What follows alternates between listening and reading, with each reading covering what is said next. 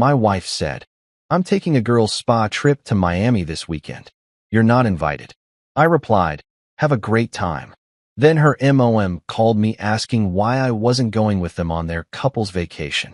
When I sent her mom the screenshots of her girls' spa trip group chat that included her ex-lover. Look, I'm not saying I'm some kind of relationship genius or anything, but I've watched enough true crime documentaries to know when something's fishy. And Tuesday night, sitting across from my wife at our kitchen table with takeout containers scattered between us like casualties of war, I got hit with a sentence so completely bizarre that my brain literally needed to restart like an old Windows computer.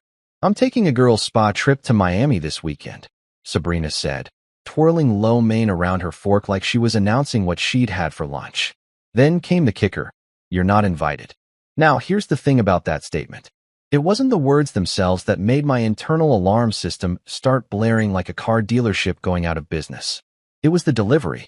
She said it the same way you'd tell someone the sky is blue or that pineapple doesn't belong on pizza.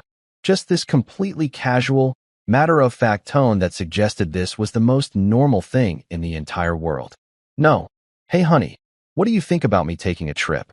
No. "Would you be okay if I went away for the weekend?" Nothing. Just a cold, confident declaration that I was specifically, deliberately, not invited to this magical mystery spa tour, delivered with all the warmth of a parking ticket. We'd been married for 5 years at that point, together for 7 total, if you count the dating phase where we actually pretended to like each other's friends. And in all that time, Sabrina had never once expressed interest in a girls' spa weekend. This is a woman who thought a facial meant washing your face with whatever soap was on sale at Target. Her idea of self-care was buying the expensive wine instead of the box stuff. And now suddenly, out of absolutely nowhere, she's got this solo spa energy? Something smelled off, and I'm pretty damn sure it wasn't eucalyptus oil and lavender candles. I'm not an idiot, despite what my college GPA might suggest, so naturally I asked some follow-up questions. Basic stuff, you know?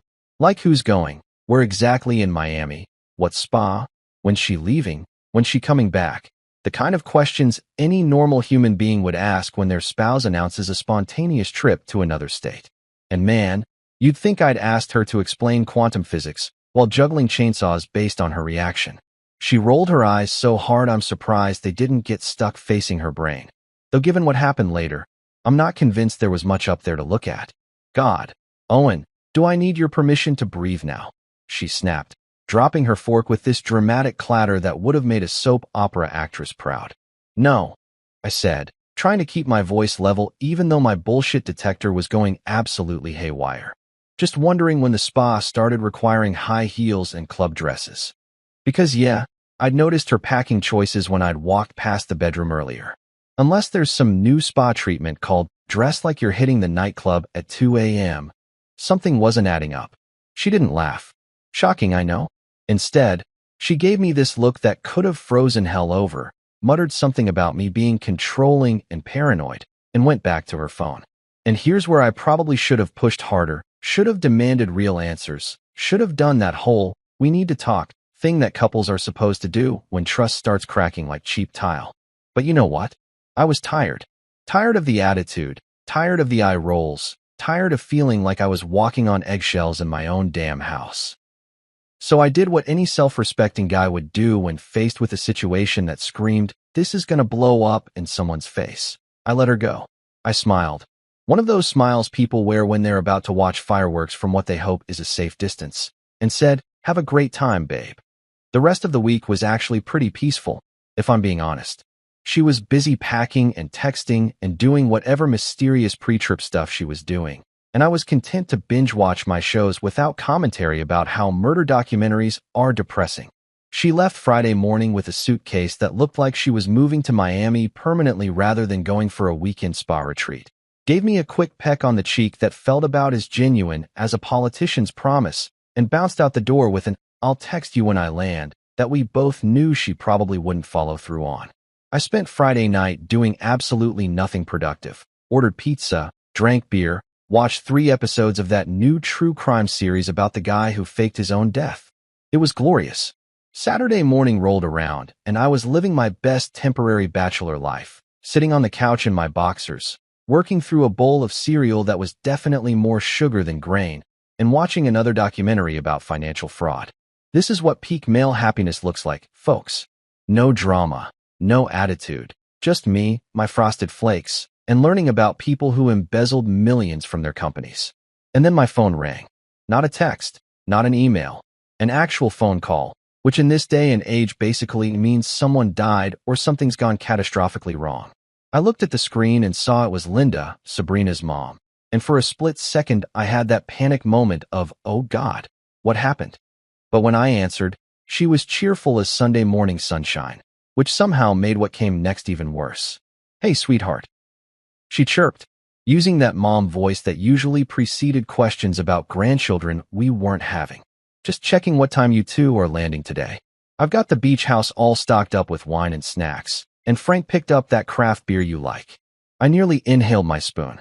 The cereal milk went down the wrong pipe, and I started coughing like a 60-year-old smoker while my brain tried to process what she'd just said. Landing? Beach house? Wine and snacks? What the actual hell was happening? Landing. I managed to choke out between coughs, setting down my bowl before I could drown myself in artificially flavored milk. Linda, Sabrina said she's on a girls' spa trip. You know, face masks, cucumber water, overpriced massages, the whole 9 yards. The silence that followed was the kind that makes your butthole clench. You know that moment in horror movies right before something jumps out? Yeah, it was exactly like that, except instead of a monster, I was about to face something far more terrifying. A mother-in-law who'd just realized her daughter was a lying piece of work. Then came the inhale. Not just any inhale, mind you, but the kind of sharp, aggressive breath that mothers make right before they unleash the kind of divine wrath that makes God himself take notes. I'd heard Linda do this exactly twice before. Once when Sabrina's sister Tessa got a tattoo at 17, and once when she found out her husband Frank had donated her vintage china to Goodwill. Both times, the aftermath had been legendary. This time, I had a front row seat to what was about to be an absolute nuclear meltdown, and I wasn't even sure I was ready for it. She told me, Linda said, her voice dropping about 3 octaves into that dangerous mom zone where every word sounds like a death threat wrapped in silk, that you two were joining us for a couple's vacation. She said you had some big work thing on Friday, so you couldn't fly out with her, but that you'd be landing today around noon, and we'd all have a nice family weekend at the beach house. I'm pretty sure my soul left my body right then. I was just floating somewhere above my couch, looking down at myself sitting there in my ratty boxers and my college t-shirt with the mysterious stain I'd given up trying to identify, watching my entire marriage implode via speakerphone. My brain was doing mental gymnastics trying to figure out how my wife could simultaneously be on a girls' spa trip and a couple's vacation with her parents. Last time I checked, quantum physics didn't apply to lying spouses, but apparently Sabrina had found a loophole. She's not with you? I asked, even though I already knew the answer. Sometimes you ask stupid questions because your brain is still buffering, trying to load the reality of the situation while your mouth just makes sounds to fill the awkward silence. No, Linda's voice had gone from dangerous to full-on prosecutorial. I could practically see her pacing around her beach house kitchen, probably wearing one of those floral sundresses she always wore on vacation, gesturing wildly with her free hand the way she did when she got worked up. She said you were flying down later. Owen, what the hell is going on? Where's my daughter? That's when my stomach dropped harder than the stock market in 2008. Faster than my GPA when I discovered beer in sophomore year. More sudden than my faith in humanity after working retail for exactly one Christmas season. Pick your metaphor. They all applied to the sick, twisting sensation happening in my gut right at that moment. Linda, I said slowly, my true crime documentary still playing in the background like the world's most ironic soundtrack. I need to call you back in 5 minutes. Please don't call Sabrina yet. Just give me 5 minutes. Owen, 5 minutes. I promise I'll explain everything. I hung up before she could argue, which was probably the bravest thing I'd done all year, and immediately grabbed my laptop. My hands were shaking like I'd mainlined espresso as I opened Instagram, which I barely used except to look at food pictures and pretend I had a social life. I typed in Sabrina's username, at Sabrina Lives Laughs, because of course it was something that basic, and clicked on her story. And there it was. There she fucking was.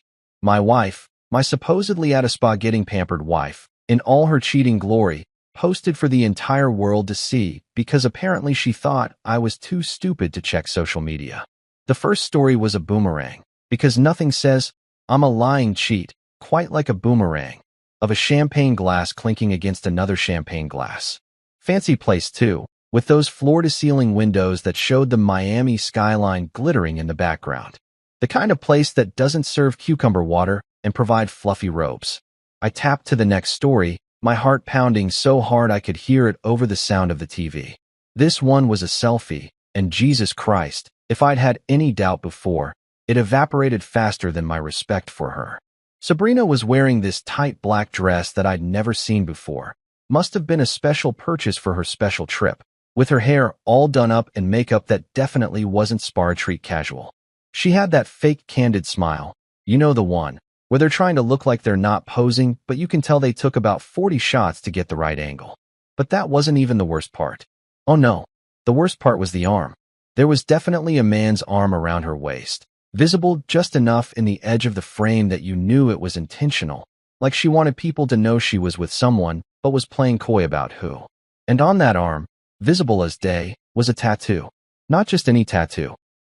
A compass with some Latin phrase underneath that I'd spent 2 years of my life having to look at every time we went to family gatherings. Mason, her ex-boyfriend. The gym rat philosopher who thought protein powder was a personality trait. The guy who'd once legitimately, with a straight face, said to me at Sabrina's cousin's wedding that protein shakes are a form of love language, and expected me to take him seriously. The same Mason who'd tried to get Sabrina back for 6 months after we started dating, sending her those "I miss you" texts at 2 a.m. like some kind of emotional vampire who fed on drama and pre-workout supplements. I sat there staring at my laptop screen, watching the story replay automatically, the champagne glasses clinking in their endless loop like some kind of mockery. My cereal was getting soggy in the bowl next to me. The documentary narrator was talking about someone embezzling $3 million from their company. And my wife was in Miami, dressed like she was auditioning for a rap video, with her ex-boyfriend's tattooed arm around her waist, while simultaneously telling me she was at a spa and telling her parents we were on a couple's vacation together. The audacity, the sheer, unmitigated, Olympic-level audacity of this woman. She'd lied to everyone. Me, her parents, probably her friends too, and then posted evidence of her lie on social media like she was immune to consequences. Like I was too dumb to figure it out. Like her mom wouldn't call. Like the internet didn't exist. Perfect. Just absolutely perfect. This was fine. Everything was fine. My marriage was imploding via Instagram story. My mother-in-law was probably having an aneurysm in Florida, and I was sitting in my boxers eating soggy cereal while watching a documentary about fraud. The irony wasn't lost on me.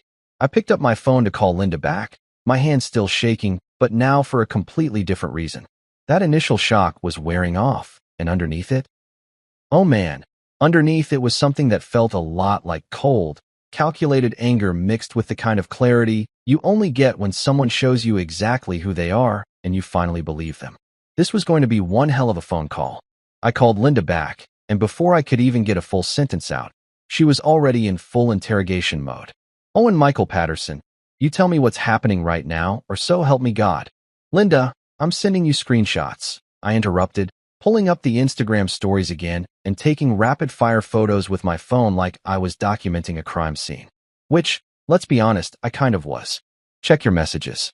I just found out about this literally 2 minutes before you called." I sent her 3 screenshots. The champagne boomerang, the selfie with Mason's tattooed arm, and for good measure, a third story I'd found showing Sabrina and Mason at what looked like some trendy Miami restaurant. Both of them laughing at something with the kind of body language that screamed, "We're definitely hooking up later." Then I sat back and waited for the explosion, phone held slightly away from my ear because I knew what was coming. The silence lasted maybe 15 seconds. Then, that lying little, followed by a string of words I didn't know Linda even knew, let alone would use. I'm talking curse words in English, Spanish, and what might have been some Italian she'd picked up from her grandmother. It was honestly impressive. If there were Olympics for creative profanity, Linda would have taken home gold, silver, and bronze. "I'm going to kill her," Linda said, and she sounded so calm about it that it was actually more terrifying than the yelling. I'm going to absolutely murder her. Frank, get in here right now. I heard muffled sounds of her husband asking what was wrong, followed by Linda's rapid-fire explanation that included phrases like lying to everyone, her ex-boyfriend, and I raised her better than this. Frank's response was just one long, "Oh shit," drawn out like he was watching a building collapse in slow motion. "Owen, sweetheart," Linda said, and the fact that she was back to calling me sweetheart while simultaneously plotting her daughter's demise was somehow both comforting and deeply unsettling. "I need you to send me everything. Every screenshot, every message, every piece of evidence you have. Mama's cooking something up, and it's not going to be pretty." Now, I should probably mention that Linda isn't just any mom. She's a retired high school principal who once made a grown man cry during a parent-teacher conference. She ran that school like a benevolent dictator for 25 years, and her reputation for not taking anyone's crap was legendary. When she said she was cooking something up, I knew whatever was about to happen would be both swift and absolutely devastating. "What are you going to do?" I asked, part of me genuinely curious, part of me slightly terrified that I was about to become an accessory to whatever nuclear option she was planning. "You'll see," she said, and I could hear the smile in her voice. Not a happy smile. More like the smile a chess master has right before they say checkmate. "Just send me everything you've got." So I did. I sent her the Instagram stories, screenshots of Sabrina's last few posts, and for good measure, I sent her the text messages from earlier in the week where Sabrina had been very specific about this being a girls-only, no boys allowed spa weekend. I even included the message where she'd told me not to blow up her phone while she was trying to relax and find herself. Finding herself, apparently, meant finding her way back to her ex's hotel room. Linda's response came back in 30 seconds flat. "Received. Lock and load. And Owen, you might want to grab some popcorn for this." By noon, and I'm talking 12:05, not even a full hour after my initial call to Linda, my phone started blowing up. First it was Sabrina's sister, Tessa, who I actually liked because she was the only sane person in that family besides Linda and Frank. Her text just said, Dude, check mom's Facebook. You might want to sit down first." I didn't have Facebook. I deleted it years ago after deciding I didn't need to see my high school classmates' pyramid scheme pitches or their unsolicited political rants. But I created a burner account faster than you can say social media dumpster fire, searched for Linda's profile, and holy mother of God. Linda hadn't just confronted Sabrina. She hadn't just made a post. She had created what I can only describe as a masterpiece of public humiliation, a Mona Lisa of maternal disappointment, a Sistine Chapel ceiling of "you done messed up." The post had photos, all the screenshots I'd sent her, arranged in a neat little collage, with a caption that would go down in Facebook history. "When your daughter lies to her husband about a spa trip, lies to her parents about a couple's vacation, and takes her ex-boyfriend on a secret Miami getaway instead, remember, mud masks can't fix moral decay. Disappointed doesn't even begin to cover it. Betrayal, lies, and disrespect to everyone who loves her. Mason, you can have her. Owen, you deserve so much better. Hashtag truth hurts, hashtag not the spa day I expected, hashtag raised her better than this." I had to read it 3 times because I couldn't believe what I was seeing. Linda had tagged Sabrina. She'd tagged Mason. She'd tagged me. She'd made the post public. Not friends only, not limited audience. Public. As in, anyone with an internet connection could see it. And people were seeing it. Oh man, were they seeing it. The post had been up for less than an hour and already had over 300 reactions and counting. The comments section looked like a stadium full of people with popcorn watching the show. Sabrina's aunts were in there expressing shock and disappointment. Her old high school friends were commenting with variations of "OMG, I can't believe this." Random people I'd never even heard of were weighing in with their hot takes. Someone's grandmother had commented "shame on her" with 6 angry face emojis. But the best part? The absolute cherry on top of this chaos Sunday. Mason's girlfriend. Because yes, apparently Mason had a girlfriend, which made this whole thing even more disgusting, had jumped into the comments section with receipts of her own. Her name was Jordan, and she came in hot with screenshots showing Mason had told her he was going to a fitness convention in Miami. She'd posted texts where he'd explicitly said he was going alone, that it was for work, that she shouldn't worry. So let me get this straight. Jordan had commented, and I could feel the rage through the screen. He told me he was at a work conference. She told her husband she was at a spa, and they told her parents they were on vacation together. The audacity. The absolute audacity of these two idiots. The comments under Jordan's revelation were multiplying like rabbits. People were living for this drama. Someone had made a meme already, a Spider-Man pointing at Spider-Man template with the caption, "People who got lied to about the Miami trip." I wanted to be mad about becoming an internet joke, but honestly, it was kind of funny. In a dark, my life is imploding kind of way. Tessa commented, "Mom, I love you, but holy shit, you went scorched earth," with a string of fire emojis. Linda's response, "Play stupid games, win stupid prizes." She's a grown woman who made grown woman choices. Now she gets to deal with grown woman consequences. Even Frank had commented, which was wild because Frank barely knew how to turn on a computer. "Very disappointed in you, Sabrina. Owen, you're still welcome at Thanksgiving." I sat there on my couch, soggy cereal completely forgotten, just refreshing the post every 30 seconds watching the carnage unfold in real time. The share count was up to 57. People were sharing this. Sabrina's friends were seeing it. Her co-workers were probably seeing it. Hell, at this rate, the entire state of Florida would know about her fake spa trip by dinner time. My phone buzzed with another text from Tessa. She's going to lose her mind when she sees this. Mom blocked her number, so she can't even call to beg her to take it down. This is the most savage thing I've ever witnessed, and honestly, she deserves it. I couldn't even argue. For once in my life, I didn't have to be the bad guy. I didn't have to do anything. Karma wasn't just working. She'd clocked in for a full shift, and she'd brought reinforcements. By evening, my phone had become less of a communication device and more of a front row seat to the greatest show on earth. The Facebook post was still going strong, now with over 600 reactions and a comment section that had devolved into people sharing their own cheating spouse stories. Someone's aunt had commented about her ex-husband running off with her yoga instructor. A random dude named Kevin had shared a 3-paragraph essay about trust and betrayal. It was beautiful chaos, and I was here for all of it. Then my phone rang with Sabrina's ringtone. I'd set it to the Imperial March from Star Wars as a joke 6 months ago, and wow, had that turned out to be prophetic, and I actually laughed out loud before answering. I put it on speaker because there was no way I was missing a second of what was about to go down, and I wanted both hands free in case I needed to start taking notes for the inevitable divorce proceedings. "What did you do?" Sabrina screamed so loud I had to pull the phone away from my ear. Dogs in a 3-block radius probably started howling. Glass somewhere probably cracked. It was the kind of scream that would make a horror movie director say, "Okay, maybe tone it down a bit." "Me?" I said, settling back into my couch like I was getting comfortable for a movie. "I haven't done anything. I've been sitting here all day watching documentaries and eating cereal. Living my best life, really. Don't play dumb with me, Owen. You went through my messages. You sent screenshots to my mother. You violated my privacy. Do you have any idea what you've done?"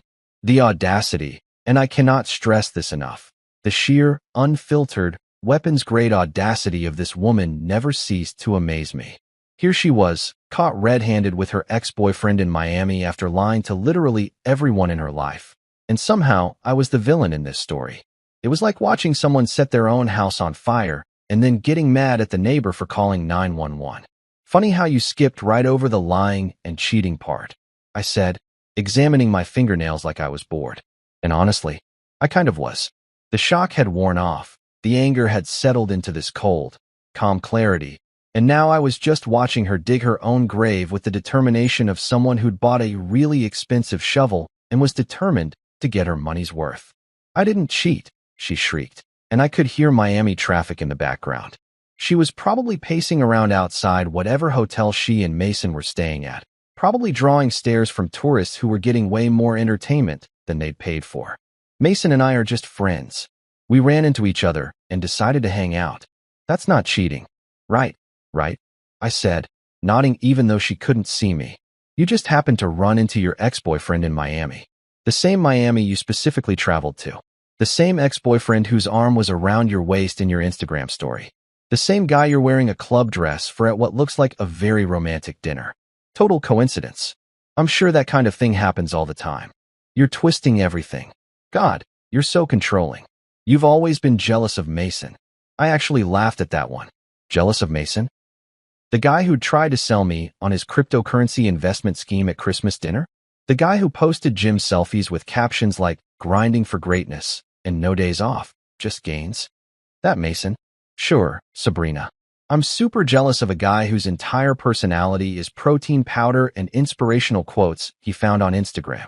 This is exactly why I needed time away from you, she yelled, and I could hear her voice getting that hysterical edge that usually meant she was about to cry.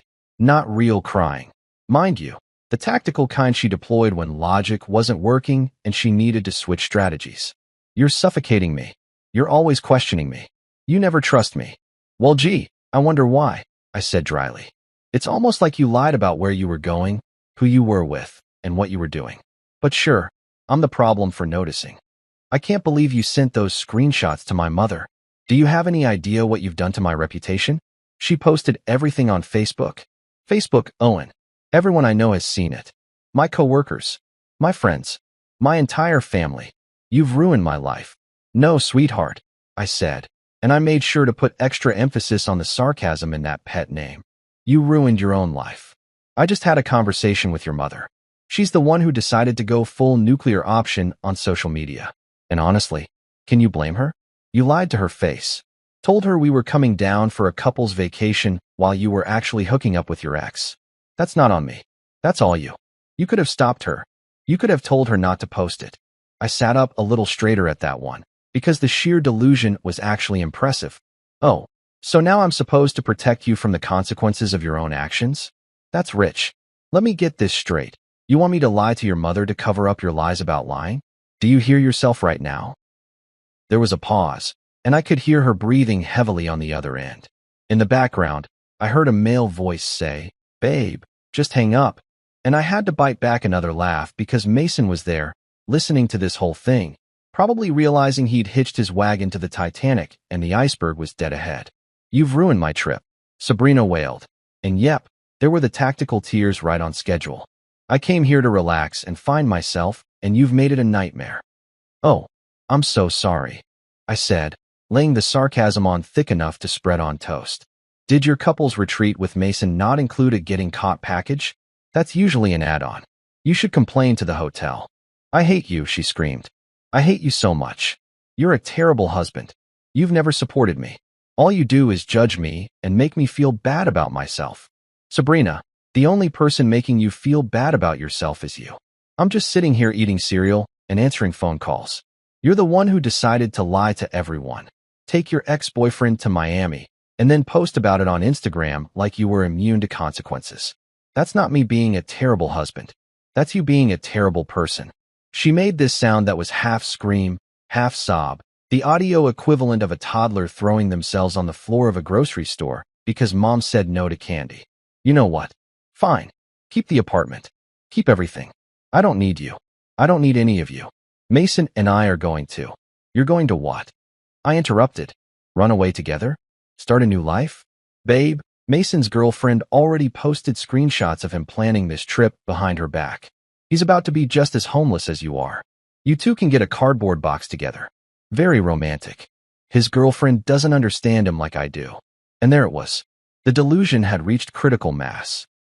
She'd actually said the thing that every cheater says, the cliché so overused it should come with an eye-roll warning. I'd heard this exact phrase in approximately 75% of the true crime documentaries I'd watched, usually right before everything fell apart spectacularly. Right, I said. I'm sure you two will be very happy together. Look, I've got a documentary to get back to, so unless you're calling to apologize, which I know you're not, I think we're done here. We are not done. We're married. You can't just.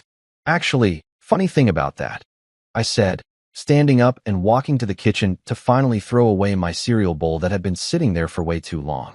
My best friend from college? Jake? Yeah, he became a divorce lawyer. We're getting lunch tomorrow. Should be a very productive meeting. The silence that followed was the kind you could cut with a knife. Then, you wouldn't. Watch me, I said cheerfully. Enjoy the rest of your spa trip. Or couple's vacation. Or whatever you're calling it this week. Try the mud masks. I hear they're great for moral decay. I hung up before she could respond, and it felt better than anything had felt in months. Maybe years.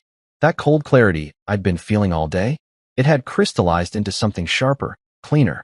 I wasn't angry anymore. I wasn't hurt. I was just done. My phone immediately started ringing again. I declined the call. It rang again. Declined. Then came the texts, rapid fire, each one more desperate and angry than the last. I didn't read them. Just watched the notifications pile up like snow, each one a tiny little monument to her panic. 10 minutes later, Mason's girlfriend Jordan posted her own masterpiece on the Facebook thread. It was a screenshot compilation of Mason confessing everything. How he'd been planning the trip for weeks, how Sabrina had reached out to him first, how they'd hooked up twice before the Miami trip even happened. She'd included texts, Instagram DMs, even a voice message where Mason was basically bragging to his gym buddy about rekindling old flames. The comments exploded. Sabrina's spa girls, the friends she'd supposedly been traveling with, were getting tagged and roasted alive. People were demanding answers. Someone found Brianna's boyfriend on Facebook and sent him the post. Tessa commented that their entire extended family group chat had imploded into chaos. For once in my life, I didn't have to lift a single finger. I didn't have to be the bad guy, didn't have to defend myself, didn't have to convince anyone of anything. The truth was out there, documented and receipted, and karma wasn't just working overtime. She'd apparently called in the entire night shift. I ordered pizza, cracked open a beer, and settled in to watch the show. Best Saturday night I'd had in years. Monday morning hit different. You know that feeling when you wake up and for about 3 seconds everything's normal, and then reality slams into you like a freight train made of your own poor life choices? Except this time, the poor life choices weren't mine, and that made all the difference. I woke up at 7, made coffee that didn't taste like betrayal, and sat at my kitchen table making a to-do list that would have made my therapist proud, if I'd had a therapist, which maybe I should have considered years ago. Number 1 on that list, change the locks. Now, I know what you're thinking. Owen, isn't that a bit extreme? Shouldn't you at least wait until you talk to a lawyer? And normally, yeah, you'd be right. But here's the thing about having your spouse publicly exposed as a cheater on Facebook with over 1,000 reactions and counting, it clarifies things. It's like getting prescription glasses after years of squinting. Suddenly everything's in perfect focus, and what I saw was crystal clear. My wife had lied to everyone, cheated with her ex, and was probably going to come back swinging when she realized her whole life had imploded faster than a cryptocurrency scam. I called a locksmith at 8 a.m. Guy named Tommy who showed up at 9:30 in a van that looked like it had seen better decades. He was probably in his 50s, wearing a tool belt that had more personality than most people I knew. And he took one look at me standing there in my pajama pants and coffee-stained t-shirt and said, "Divorce or roommate situation?" "How'd you know?" I asked, genuinely curious about his detective skills. "Brother, I've been doing this for 30 years. Monday morning, Guy answers the door looking like he hasn't slept. First thing he says is he needs all the locks changed ASAP. It's either divorce or you pissed off the mob. And you don't look like mob material, no offense. None taken. It's divorce. Well, impending divorce. Currently my wife is in Miami with her ex-boyfriend, while the entire internet roasts her alive phase. Tommy whistled low and long. Ouch. Yeah, you definitely want new locks. Had a lady last year, changed her locks. Ex-husband tried to break in through the window instead. Had to come back and install bars. You want me to check your windows while I'm at it? Let's start with the locks and see how the week goes, I said, which in retrospect was probably the most reasonable thing I'd said in 72 hours. Tommy got to work, and I sat on my couch watching him drill and swap out hardware while I scrolled through the continued Facebook carnage. Linda's post was still going viral. Someone had screenshot it and posted it on Twitter, where it had gotten picked up by one of those drama accounts that just shares messy stories. The tweet had 30,000 likes. My wife's fake spa trip had gone national. You really couldn't make this stuff up if you tried. My phone buzzed with a Venmo notification. $300 from Frank. Linda's husband, Sabrina's stepdad, and genuinely one of the nicest guys I'd ever met. The note attached said, "For the locksmith. Consider it reparations for raising her with Linda's first husband's genes. You're a good man. Call if you need anything." I actually got a little choked up at that, not gonna lie. Frank had been in my life for 5 years, always treating me like the son he never had, teaching me how to fix basic stuff around the house, giving me advice about marriage that I clearly should have followed more closely. And here he was, sending me money to lock his stepdaughter out of my apartment while she was in Miami pretending to be at a spa. The man was a saint. I sent him back a text. Frank, you didn't have to do this. But thank you. Seriously. His response came quick. I absolutely did. Linda's still mad she can't ground Sabrina anymore. This is the next best thing. Also, you're still coming to the Super Bowl party in February, right? We got a bet going on the spread. God, I loved Frank. Tommy finished up around 11, handing me 3 shiny new keys and a receipt that Frank's $300 covered perfectly. Good luck, man, he said, packing up his tools. And hey, if she tries anything crazy, you got my number. I also do security consultations. I'll keep that in mind, I said, genuinely meaning it. By noon, I'd packed up all of Sabrina's stuff into boxes, 15 of them, neatly labeled and stacked by the door like the world's saddest game of Tetris. Her clothes, her shoes, her collection of scented candles that had made our apartment smell like a Bath and Body Works had exploded, all of it sorted and ready to go. I even included the expensive blender she'd bought for her health journey that lasted approximately 4 days before she went back to drinking Starbucks for breakfast. That's when my phone lit up with a text from Sabrina. Flight lands at 6 p.m. We need to talk when I get home. The audacity was still at Olympic levels. We need to talk. Like she was coming home from a normal business trip instead of a weekend of lies and infidelity. Like I was going to be sitting there waiting with open arms and a forgiveness speech prepared. Like the entire internet hadn't just watched her get exposed as a cheater. I typed back, your things are packed. Arrange pickup. Locks are changed. 3 dots appeared immediately, disappeared, appeared again. This went on for a solid 2 minutes. Finally, you can't be serious. Dead serious. You made your choices. I'm making mine. Owen, we need to talk face to face. I can explain everything. No explanation needed. I saw the Instagram stories. So did your mom. So did approximately 2,000 people on Facebook. Pretty self-explanatory. This is my home too. I looked around the apartment that I'd been renting for 3 years before I even met Sabrina, the apartment where only my name was on the lease, the apartment that I'd stupidly let her move into because I thought we were building a life together. Check the lease, I typed back. Your name's not on it. Never was. The 3 dots did their little dance again. Then my phone rang. I declined it. It rang again. Declined. Then came a voice message that I deleted without listening to, followed by about 15 texts that got progressively more angry and desperate, which I also didn't read. I was done. That cold clarity from Saturday night, it had settled in permanently, like concrete hardening into something solid and unshakable. 6:30 rolled around, and I was making dinner. Just some pasta, nothing fancy, when I heard it. The sound of a key trying to fit into a lock that no longer matched. Scratch, scratch, jiggle, curse. Then pounding. Owen, open this door. I took my time walking over, looked through the peephole. There was Sabrina, mascara already running down her face like she'd been crying on the plane, still wearing her Miami outfit, her suitcase behind her looking almost as defeated as she did. Owen, please. We need to talk. Your stuff's packed. I called through the door. You can arrange to pick it up later. I'm not doing this right now. You can't lock me out. This is my home too. I live here. Your name's not on the lease, Sabrina. And last I checked, infidelity doesn't come with a spare key. That's when she really lost it.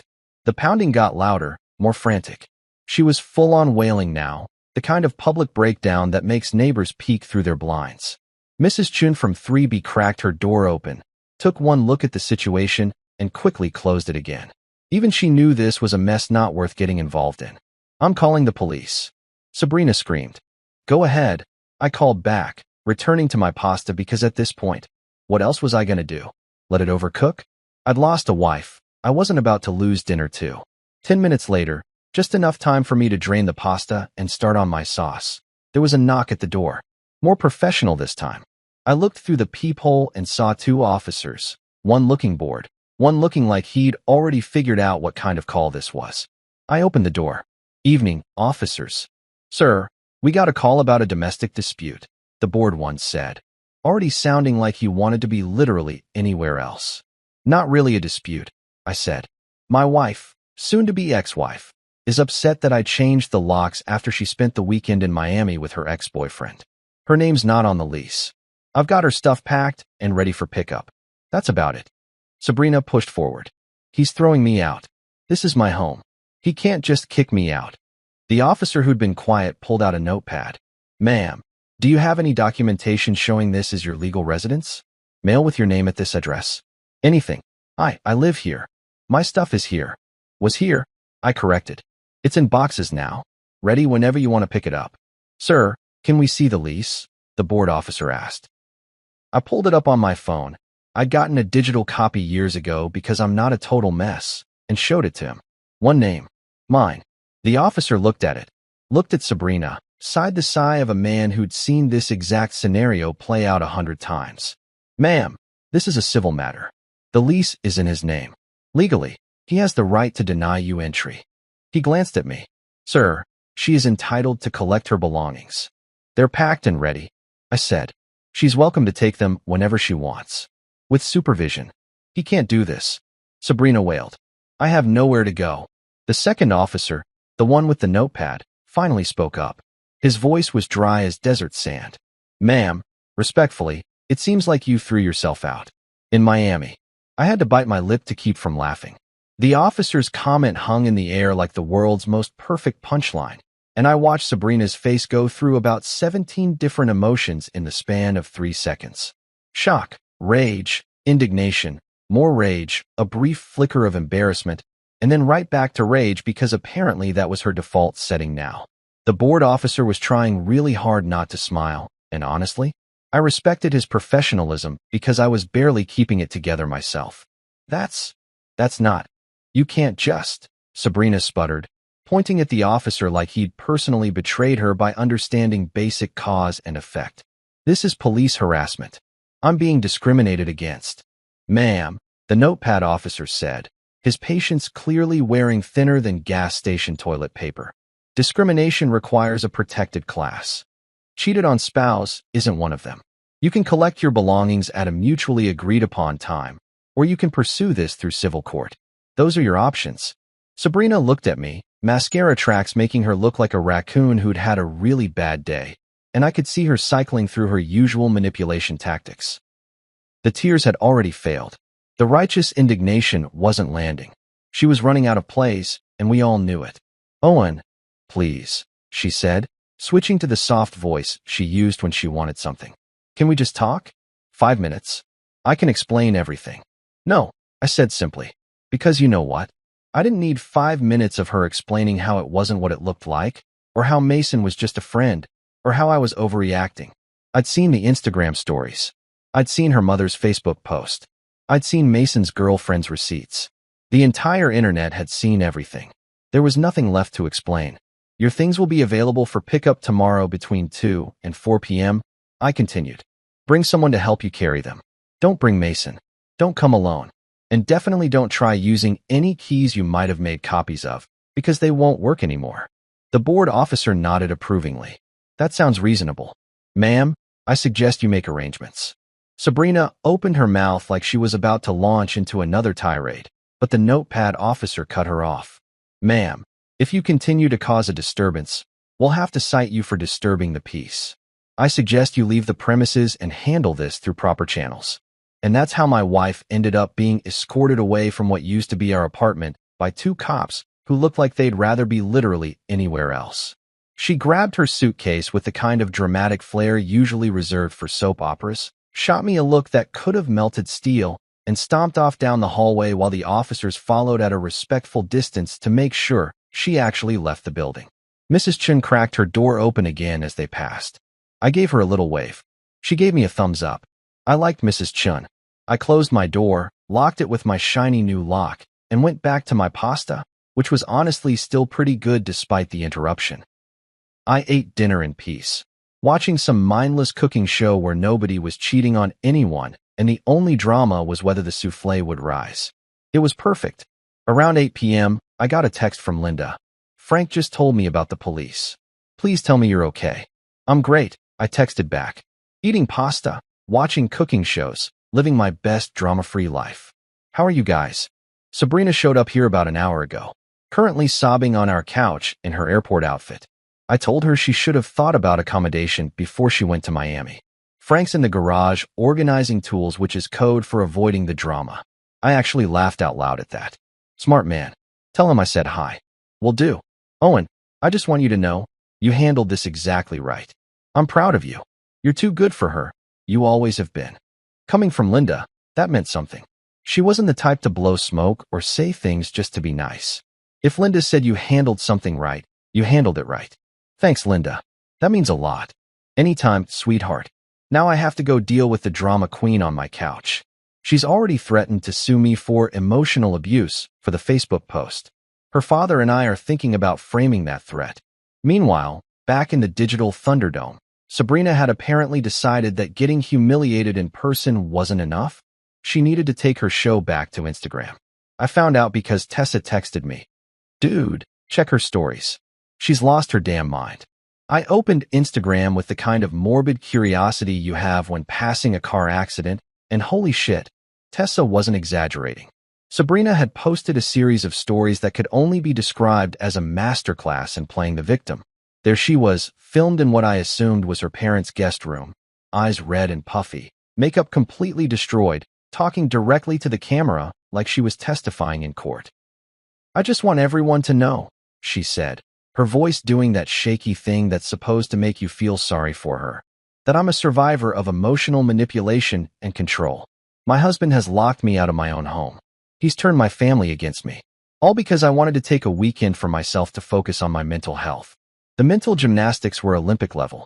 She'd gone from girls' spa trip to mental health weekend in the span of 4 days. And apparently that mental health weekend just happened to include her ex-boyfriend, club dresses, and champagne. Wild how that worked out.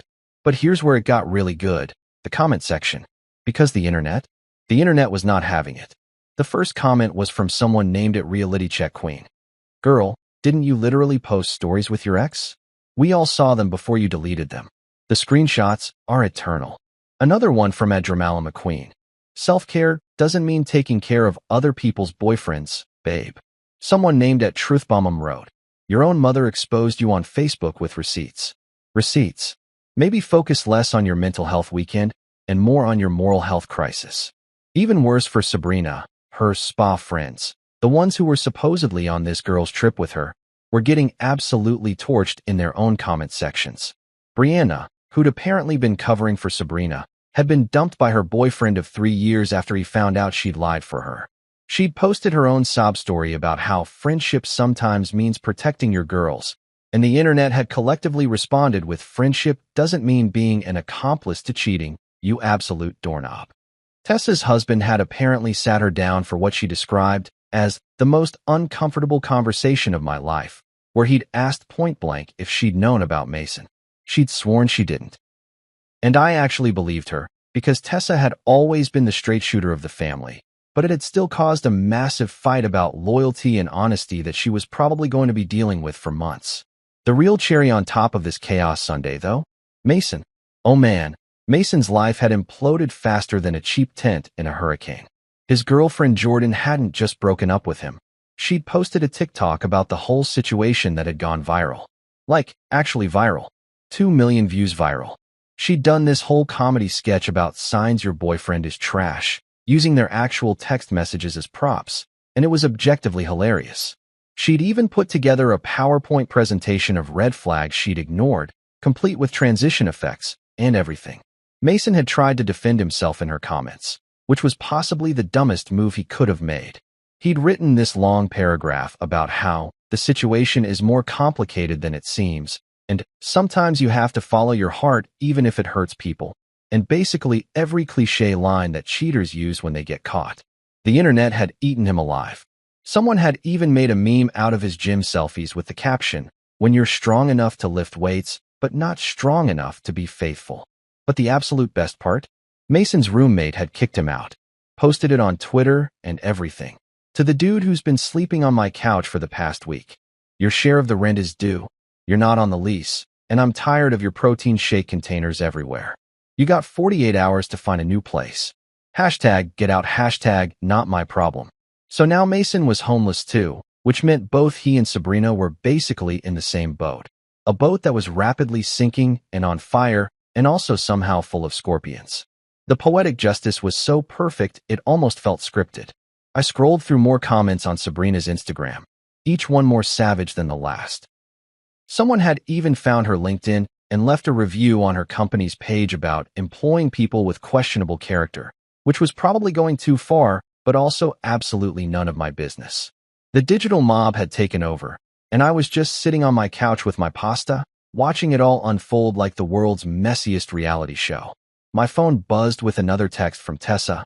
Mom just told Sabrina she can stay here for 1 week, and then she needs to figure out her life. Dad already has a countdown timer on his phone. This family is a circus, and I'm selling tickets. I sent back a laughing emoji because honestly, what else was there to say? The spa trip that was supposed to be Sabrina's secret getaway had turned into the most public disaster of the year, and I hadn't even had to do anything except change my locks and eat my feelings in carbohydrate form. Best decision I'd made in months.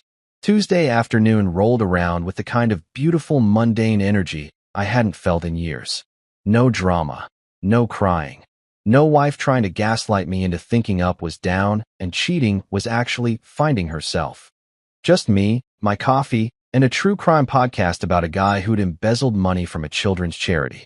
You know, light listening material for a Tuesday. At exactly 2 p.m., because apparently even in crisis, Sabrina's family maintained their pathological need to be punctual, there was a knock at my door. I looked through the peephole and saw Ryan, Tessa's younger brother, standing there looking like a man who'd drawn the absolute shortest straw in human history. He was 26, worked in IT, and had the general demeanor of someone who'd seen too much family drama and had developed a 1,000-yard stare as a coping mechanism. I opened the door, and Ryan immediately put his hands up like he was approaching a wild animal. Hey, before you say anything, I want you to know I think what she did is absolutely insane, and I'm only here because Mom threatened to cut me out of her will if I didn't help. I couldn't help but laugh. Man, come on in. You want a beer? I feel like you're gonna need one. His whole body sagged with relief. Oh, thank God. I thought you were gonna throw something at me. And yes, absolutely, I would love a beer. I've been listening to Sabrina cry for 2 days straight, and I'm pretty sure I'm developing some kind of PTSD. I grabbed 2 beers from the fridge, the good stuff, not the cheap cans I usually drank when I was alone, and handed him one. He took a long pull, and then looked at the 15 neatly labeled boxes I'd stacked by the door. Damn, you really went all out with the organization, huh? I had time, I said, shrugging. Plus, I didn't want her coming back later claiming I kept her stuff or damaged anything. Every box is labeled, everything's accounted for. I even bubble-wrapped her fancy plates. Ryan shook his head in what looked like genuine admiration. Dude, you're handling this way better than I would. If I found out my girlfriend was in Miami with her ex, I'd probably just set all her stuff on fire and call it a day. Oh, I thought about it, I admitted. Spent a good 20 minutes on Sunday Googling legal ways to destroy ex-spouse belongings before I remembered I'm not actually a psychopath. That's character growth right there, Ryan said, clinking his beer against mine. So, I gotta ask, and feel free to tell me to mind my own business, but did you have any idea? Like, were there signs, or did she just wake up one day and decide to nuke her entire life? I thought about it for a second, taking a sip of my beer. Honestly, looking back, yeah, there were signs. She'd been distant for a few months, always on her phone, got real defensive whenever I asked basic questions. But you know how it is. You're in it, you're making excuses, you're telling yourself everything's fine because the alternative is admitting your marriage is falling apart. It's easier to ignore red flags when you're colorblind from denial. Ryan nodded slowly. That's actually really insightful. You should write that down. I've had a lot of time to think over the past few days, I said. That, and I've been binge-watching psychology videos on YouTube at 3 a.m. because apparently my brain decided sleep was optional. Dude, same. Last night, I watched a 2-hour documentary about cults because I couldn't sleep. Now I'm convinced Sabrina's current mental state is basically cult member-level delusion. He paused, then added quickly, Sorry, I know she's your wife. Soon-to-be ex-wife, I corrected. And no, you're absolutely right. The mental gymnastics she's doing to make herself the victim in this situation could win her an Olympic gold medal. She posted on Instagram last night about being a survivor of emotional manipulation. The comments section tore her apart. Ryan pulled out his phone and scrolled for a second, then burst out laughing. Oh my God, I saw that. Someone commented self-care doesn't mean taking care of other people's boyfriends, and I genuinely snorted my coffee. My girlfriend asked me what was so funny, and I had to explain the entire saga. She now refers to Sabrina as the spa trip girl and wants to know when the Netflix documentary is coming out. Tell your girlfriend she's invited to the divorce party, I said. I'm thinking of making it themed. Maybe tropical betrayal, with little umbrella drinks and fake palm trees. I would absolutely attend that, Ryan said, grinning. Can we have a piñata shaped like a suitcase? We spent the next 20 minutes just talking about basketball, about his job, about the absolute circus that was his family right now. Apparently, Sabrina had spent the last 2 days at Linda and Frank's house alternating between crying fits and trying to convince anyone who'd listen that this was all a huge misunderstanding. She'd attempted to get her sister Tessa on her side, which had backfired spectacularly when Tessa had told her point-blank that she was delusional and needed therapy. The best part, Ryan said, leaning forward like he was sharing classified information, is that she's now threatening to sue Mom for emotional abuse because of the Facebook post. Mom's response was to print out the post, frame it, and hang it in the hallway. Dad's already taking bets on how long until Sabrina notices. I actually had to set my beer down because I was laughing so hard. Your mom is a savage and I respect the hell out of her. She didn't become a high school principal for 25 years by being nice, Ryan said. She once made a grown man cry during a parent-teacher conference because his kid had cheated on a test. That woman has no chill, and honestly, it's kind of amazing to watch. Eventually, we got down to business and started loading boxes into Ryan's truck. He brought his girlfriend Sarah along, a small, cheerful woman with bright pink hair who took one look at the situation and said, "Oh honey, you're living your best life right now, aren't you?" With such genuine enthusiasm that I wanted to hug her. I really am, I admitted. It's been the most peaceful 3 days I've had in months. Good for you, Sarah said, helping Ryan lift a particularly heavy box of shoes. My ex cheated on me in college, and I spent way too long trying to make it work. Best thing I ever did was kick him to the curb and focus on myself. Now I'm with this idiot. She gestured at Ryan, and life is way better. Hey, Ryan protested, but he was smiling. You know I love you, babe, but you are objectively an idiot sometimes, Sarah said cheerfully. Remember when you tried to fix the garbage disposal with your bare hands? That was one time, and I learned my lesson. Watching them banter was actually kind of nice. It reminded me that functional relationships existed, that not everyone was secretly planning to run off to Miami with their ex. It was weirdly comforting. We got all 15 boxes loaded into the truck, which took about half an hour of Tetris-level strategic packing. Ryan secured everything with bungee cords while Sarah supervised and occasionally shouted helpful advice like, "Your left, your other left, and that's gonna fall if you don't secure it better." When we were done, Ryan handed me back the empty beer bottle and shook my head. "Man, I'm really sorry you had to go through all this. For what it's worth, I always thought you were too good for her. You've always been chill as hell, and she's been." He paused, searching for the right word. "A nightmare?" I offered. I was going to say high maintenance, but yeah, nightmare works too. He clapped me on the shoulder. "You're going to be fine, man. Better than fine. You dodged a grenade disguised as a candle, as my dad would say. Your dad's a smart man. He really is. He's already asked me if you're still coming to the Super Bowl party in February. I think he likes you more than he likes Sabrina at this point. Tell him I'll be there," I said.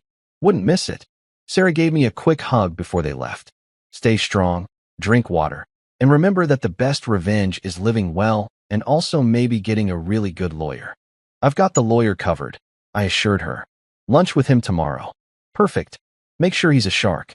You want someone who'll go for blood." As they drove off with all of Sabrina's earthly possessions crammed into the back of Ryan's truck, I stood in my doorway feeling lighter than I had in years. The apartment was mine again. The drama was someone else's problem. And for the first time since this whole nightmare started, I actually felt like maybe, just maybe, everything was going to be okay. I went back inside, closed the door with my beautiful new lock, and ordered Chinese food because I'd earned it. My fortune cookie that night said, "New beginnings are often disguised as painful endings." Damn right they were. 3 days after the great box removal of Tuesday afternoon, I was finally starting to feel like a normal human being again. I deep cleaned the apartment, getting rid of all the lingering traces of Sabrina. Those scented candles that made the place smell like a Valentine's Day gift shop had exploded, the decorative pillows that served no actual purpose except to be in the way, the weird motivational signs she'd hung up that said things like live, laugh, love, and good vibes only. Turns out when you remove all the passive-aggressive decor, an apartment can actually feel like a home instead of a Pinterest board having an identity crisis. I was in the middle of my second cup of coffee on Friday morning, contemplating whether I wanted to be productive or spend the entire day doing absolutely nothing, when I heard something slide under my door. Not a knock, not a ring of the doorbell, just the distinct sound of paper scraping against hardwood floor. Immediately, my spidey senses started tingling, because nothing good ever gets slid under your door. Bills, eviction notices, passive-aggressive notes from neighbors about your music being too loud. It's always bad news.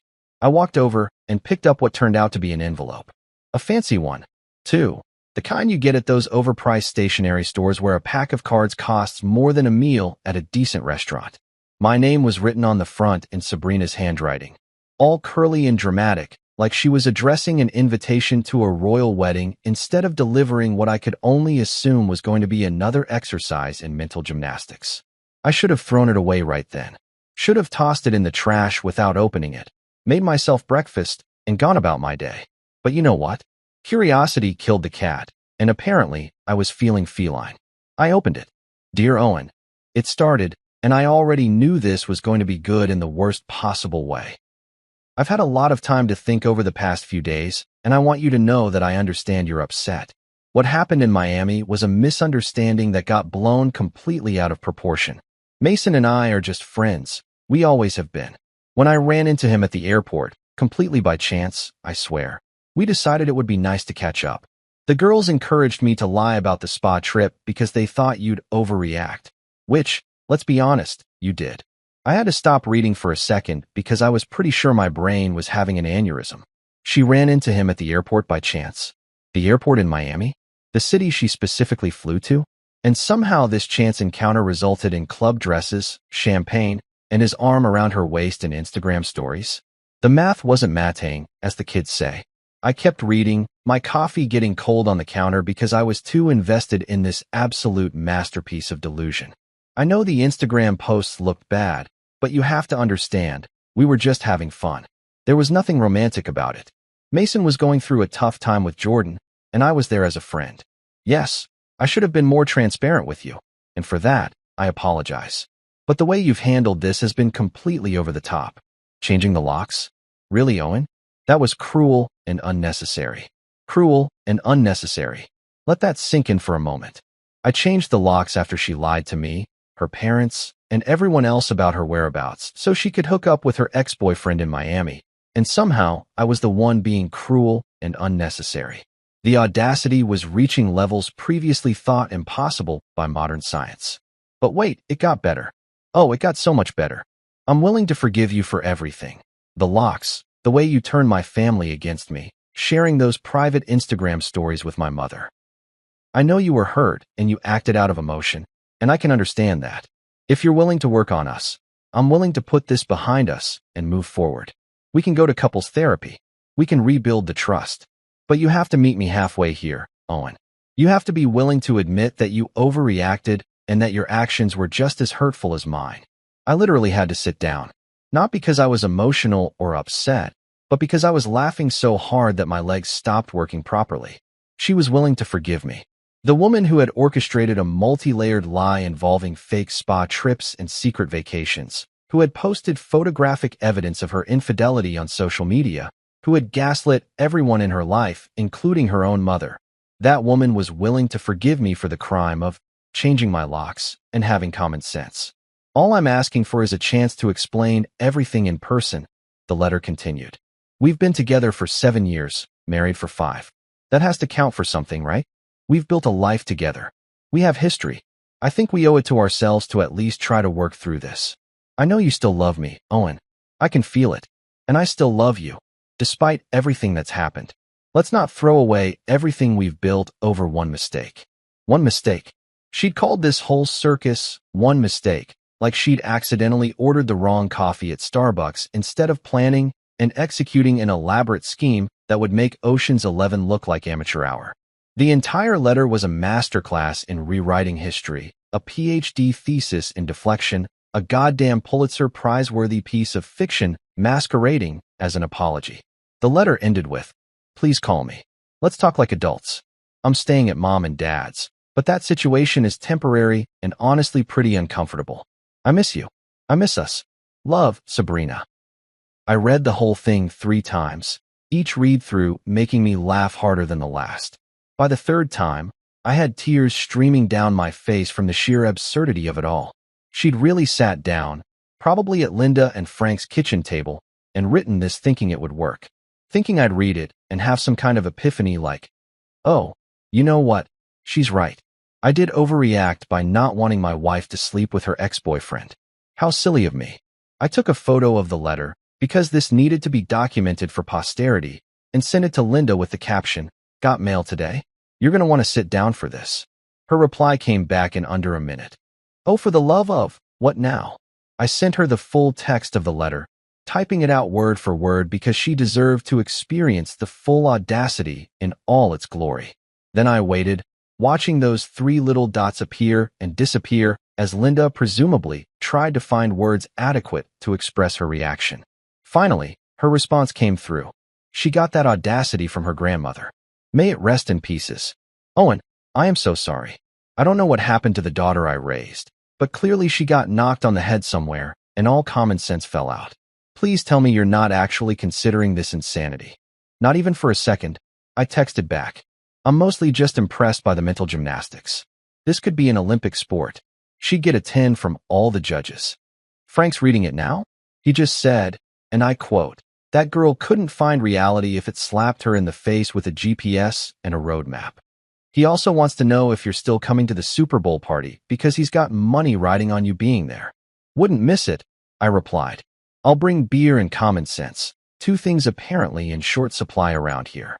Linda sent back a string of laughing emojis followed by, "You're a good man, Owen." Too good for her, that's for damn sure. I'm framing this letter next to the Facebook post, creating a whole gallery wall of her bad decisions. I spent the rest of the morning doing exactly nothing productive, which felt absolutely glorious. No drama, no manipulation, no letters trying to convince me that Up was actually down and infidelity was just a minor oopsie that could be fixed with couples therapy and me admitting I was equally at fault for having the audacity to be upset about it. Around noon, my phone buzzed with an email notification from Sabrina, because apparently 1 attempt at contact per day wasn't enough. The subject line read, "Did you get my letter?" I deleted it without reading and went back to my documentary about the guy who'd started a cult in Oregon. At least that guy had the self-awareness to know he was running a scam. Sabrina genuinely seemed to believe her own bullshit, which was somehow more fascinating and terrifying in equal measure. That evening, Tessa called. "Ryan told me about the letter. Please tell me you laughed in her face." She slid it under the door, so I couldn't laugh in her face, but I did laugh at the letter itself. Multiple times. "I'm thinking of getting it framed." "Mom beat you to it." "She's already ordered a frame on Amazon. Prime shipping, it'll be here tomorrow." Tessa paused. "You know she's been asking everyone in the family if they'll talk to you on her behalf, right? She tried to get me to make you see reason." I told her the only reason I saw was that she's completely delusional. How'd she take that? About as well as you'd expect. Lots of crying, lots of nobody understands me, lots of playing the victim. It's exhausting. Dad's already counting down the days until she has to find somewhere else to stay. He's got a literal countdown timer on his phone. It's set to go off with air horn sounds. I couldn't help but laugh. Your dad is my hero. He really is the best. Oh, and speaking of best, Mason's roommate posted an update. Apparently Mason didn't leave after the 48 hours, so the roommate changed the locks and put all his stuff on the curb. Someone stole his protein powder collection. The irony is chef's kiss. Beautiful, I said. Absolutely beautiful. Karma's working overtime this month. She's putting in hours, Tessa agreed. Anyway, I gotta go, but seriously, stay strong. Don't let her guilt trip you into anything. You deserve way better than this circus. After we hung up, I looked at the letter one more time, shook my head, and filed it away in a folder labeled Evidence for Divorce Proceedings. Then I ordered pizza, cracked open a beer, and settled in for a quiet Friday night. The audacity letter had been entertaining, I'd give her that. But there was no way in hell I was responding. Some things were better left on read. 2 weeks. That's all it took for Sabrina's entire world to collapse like a house of cards in a wind tunnel. And the best part? I didn't have to do a damn thing except sit back with my popcorn and watch the universe handle its business with the efficiency of a German train schedule. The first domino to fall was her friends. Not surprising, really, considering most of them had been tagged, exposed, or implicated in the Great Miami Spa lie of 2025. Brianna, the one who'd apparently been Sabrina's main accomplice in the cover-up operation, got dumped by her boyfriend and subsequently decided that maintaining a friendship with Sabrina wasn't worth losing her entire social circle. She posted a public apology on Instagram about making poor choices in who I support and promptly blocked Sabrina on every platform known to mankind. The other spa girls followed suit like dominoes with anxiety disorders. One by one, they all distanced themselves, posting vague stories about cutting toxic people out of my life and choosing growth over drama. It was the social media equivalent of rats fleeing a sinking ship, except the rats had better PR teams and slightly more self-awareness.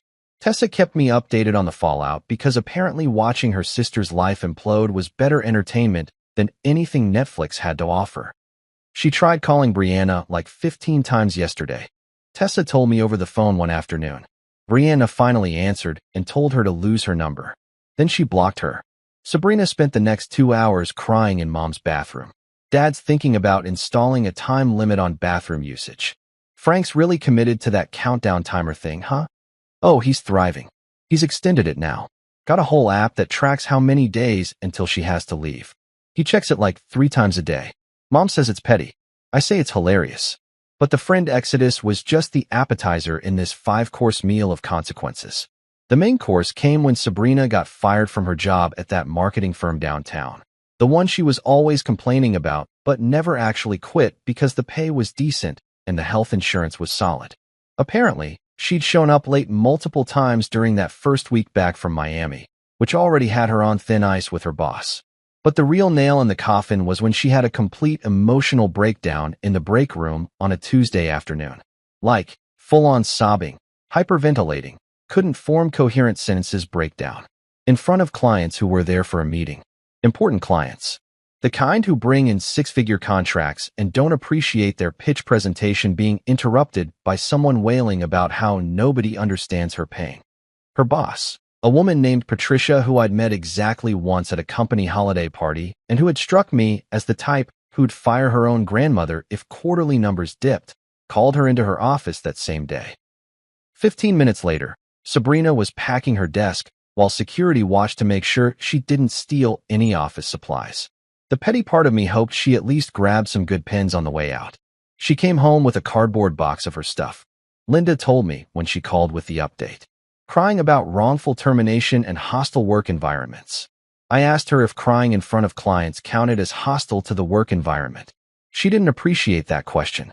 How long did it take for Frank to check his countdown timer? Approximately 4 seconds. He's gotten faster. I think he's developing a sixth sense for when things get worse. But wait, there's more. Because this story wasn't done serving up piping hot plates of karma.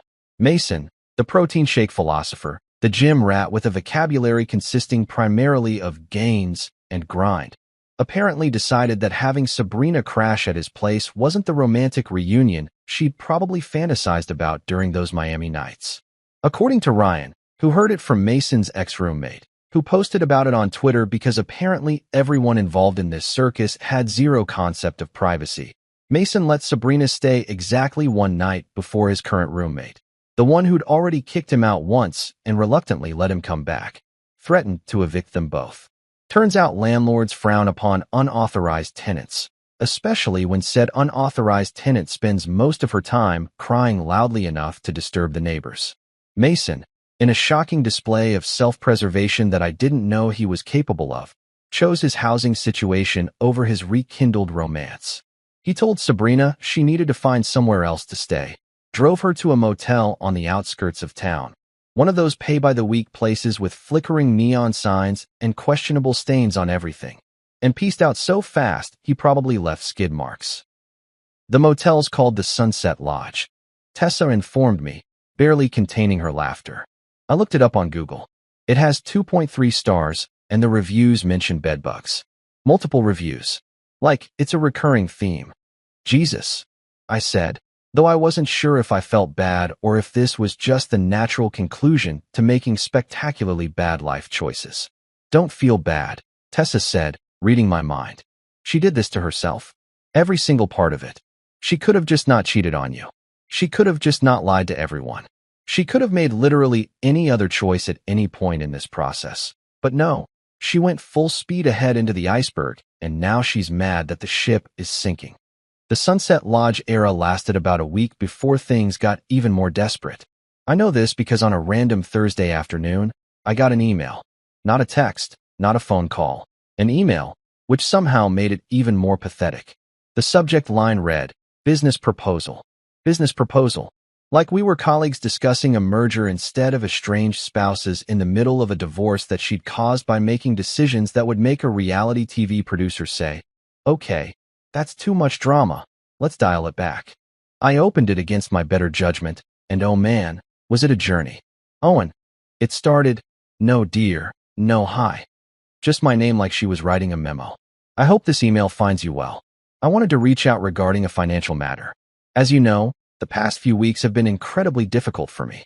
I've lost my job, my housing situation has become unstable, and I'm currently staying in temporary accommodations while I figure out my next steps. I've had a lot of time to reflect on everything that's happened, and I realize that while we both made mistakes in our marriage, the consequences I'm facing seem disproportionate to my actions. I had to pause there because the sheer audacity, which I was starting to think was her superpower, was breathtaking. Disproportionate consequences. She'd lied to everyone, cheated with her ex, lost her job from her own actions, and got kicked out by the guy she'd cheated with, and somehow the universe was being unfair to her. Since you're partially responsible for my current situation, had you not changed the locks and turned my family against me, I would have had a support system to fall back on. I think it's only fair that you help me get back on my feet. I'm not asking for much. Just a loan of $4,500 to cover first month's rent, security deposit, and some basic necessities while I look for new employment. I'm happy to sign a promissory note and pay you back once I'm financially stable again. I think this is a reasonable request given our history and your role in my current circumstances. A loan. She wanted a loan. $4,500. From me, the guy she cheated on. Because apparently I was partially responsible for her homelessness by having the audacity to not let her walk all over me. I sat there staring at my laptop screen for a solid minute, just processing the levels of delusion required to write that email. Then I clicked reply and typed exactly one word. No. Sent it. Closed my laptop. Made myself a sandwich. Best executive decision I'd made all week. The emails started rolling in after that. 8 of them over the next 2 days. Each one more desperate and unhinged than the last. The second one was apologetic. I'm sorry if my first email came across wrong. I'm just really struggling here. The third one was guilt-trippy. I can't believe you'd abandon me when I need help the most. The fourth one was manipulative.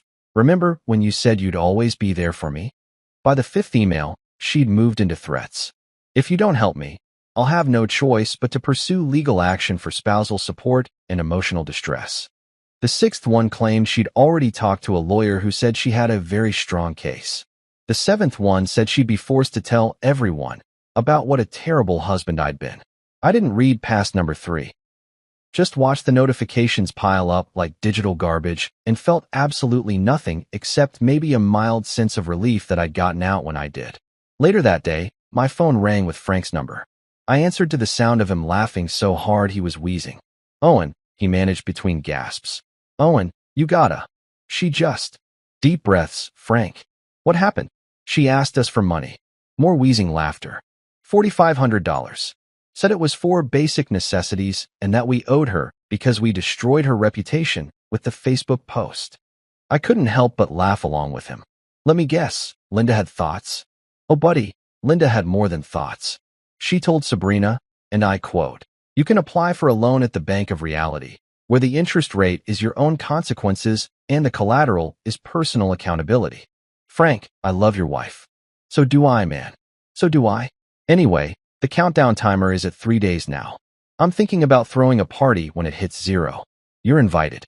3 weeks after the Sunset Lodge email stopped coming, either because Sabrina had given up or because she'd finally found someone else to financially harass.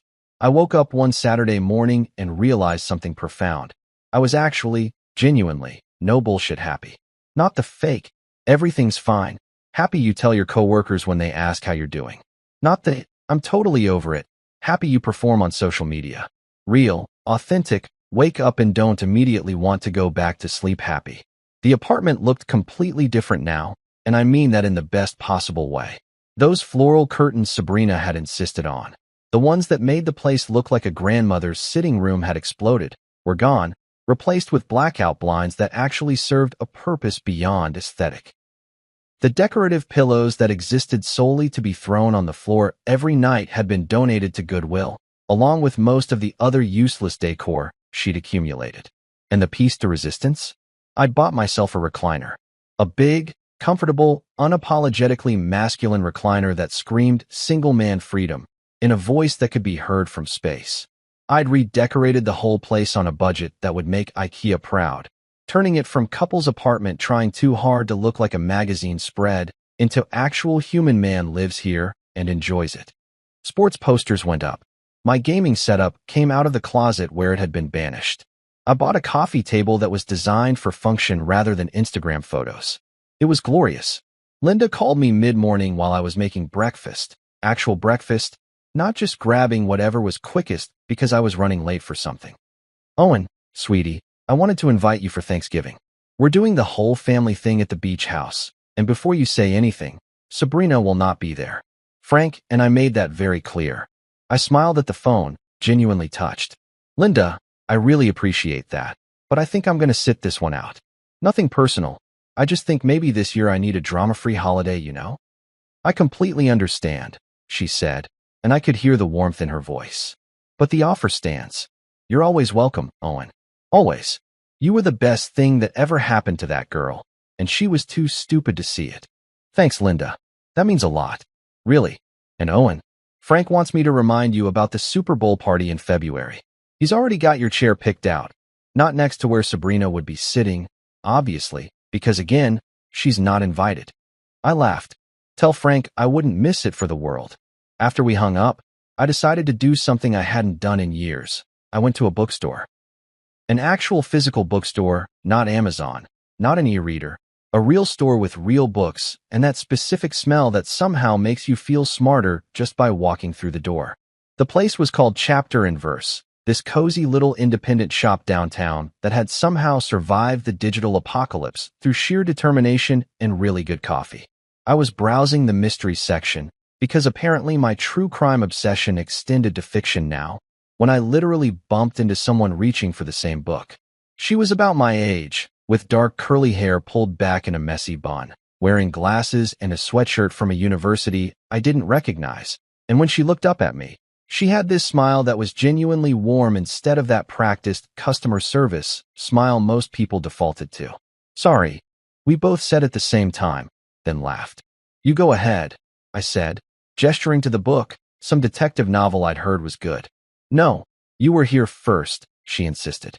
Plus, I've already got like 6 books at home I haven't read yet. My TBR pile is judging me. Your to-be-read pile has opinions? Oh yeah, very judgmental. Especially the literary fiction ones. They looked down on my thriller collection. She was smiling wider now, and I realized I was smiling too, which felt foreign and nice at the same time. I'm Owen, I said, in what was possibly the smoothest introduction I'd managed in years, which wasn't saying much. Harper, she said, shaking my hand. Nice to meet you, Owen. You a regular here. First time, actually. Decided I needed to do something normal and bookstore-ish, as opposed to something abnormal and non-bookstore-ish. Exactly. I've had a weird few months. We ended up getting coffee at the little cafe in the bookstore, which turned into 2 hours of conversation that flowed easier than anything had in years. Harper was a graphic designer who worked from home, which she said was either a dream come true or a slow descent into madness, depending on the day. She was funny in this understated way, smart without being pretentious about it, and genuinely kind in a way that felt rare. Eventually, the conversation circled around to relationships. She mentioned an ex who'd moved across the country, and I found myself telling her about the Miami spa trip saga. Not in a bitter, angry way, but more like recounting an absurd sitcom plot that happened to be my actual life. When I got to the part about Sabrina telling me I was partially responsible for her homelessness, Harper nearly snorted her coffee. She actually had to put down her cup and cover her mouth, eyes watering from trying not to laugh joke simultaneously. "I'm sorry," she managed, still giggling. "I'm not laughing at you being hurt. I'm laughing at the absolute audacity. She said you were the problem." Apparently, my biggest crime was owning a lease and having common sense. "The monsters among us," Harper said, shaking her head, "using logic and legal documents. How dare you?" A week later, after 3 more coffee dates that felt effortless in a way I'd forgotten relationships could be, I got a text from an unknown number. I almost deleted it without reading, but something made me open it. "I'm in therapy now. I realize what I lost. You deserve better. I'm sorry." I stared at the message for a long moment, waiting for some kind of emotion to hit. Anger, sadness, satisfaction, something. But all I felt was nothing. Not in a numb way, but in a peaceful way. Like that chapter was closed, and I'd already moved on to a better book. I didn't reply, didn't block the number, didn't send some witty comeback, didn't forward it to Linda for commentary. Just set my phone down and went back to the movie I was watching with Harper, who'd come over for what was becoming our Saturday tradition. Because here's what I'd learned. Sometimes the sweetest revenge isn't payback. It's not elaborate schemes or public humiliation or making someone suffer the way they made you suffer. Sometimes the sweetest revenge is just peace. Peace, a good recliner, and maybe someone who laughs at your jokes and doesn't require a lie detector test before going on vacation. And honestly, that was more than enough.